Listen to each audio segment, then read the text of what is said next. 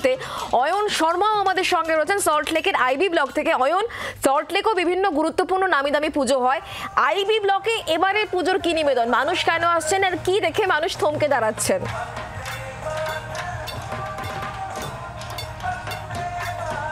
একেবারে আমার সহকর্মীরা যে উত্তর ও দক্ষিণ কলকাতার বিভিন্ন পুজোগুলি ছবি দেখাচ্ছিলেন, ছবি তুলে ধরছিলেন, সেই তালিকায় কিন্তু এবার নাম তুলতে চলেছে সল্টলেকের আইবি ব্লক।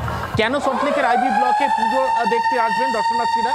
এক্ষেত্রে শুক্লা বলে রাখি যে এই যে পুজোর মণ্ডপ একেবারে বলা যায় দুধের স্বাদ ঘোলে মেটানো হচ্ছে, কারণ দুবাইয়ের যে বুর্জ খলিফা, সেই বুর্জ খলিফার আদলে গোটা মণ্ডপ তৈরি করা হয়েছে।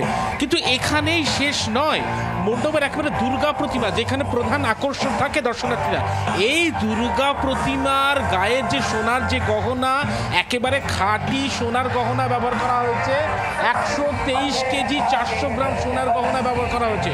মণ্ডপের বাইরে একেবারে দেখতে পাচ্ছ ঠিক থেকে ভিড়। শহর কলকাতার অন্যান্য যে নামী পুজোগুলোর সঙ্গে রীতিমতো পাশে জায়গা করে নিয়েছে এই পুজো মণ্ডপ। কেন বলছি? দর্শনার্থীদের ভিড় দেখে একেবারে দেখতে পাচ্ছ যেভাবে একেবারে মানুষজন আসছেন তা রীতিমতো চোখে পড়ার মতো। সব থেকে আকর্ষণ এই যে পুজো মণ্ডপে কড়া সিকিউরিটি রয়েছে, কারণ 123 কেজি 400 গ্রাম সোনা ব্যবহার করা হচ্ছে মাহের গহনার একেবারে অলঙ্কারে সাজানোর জন্য। বাংলার আওয়াজ, বাঙালির আবেগ, জি 24 ঘন্টা।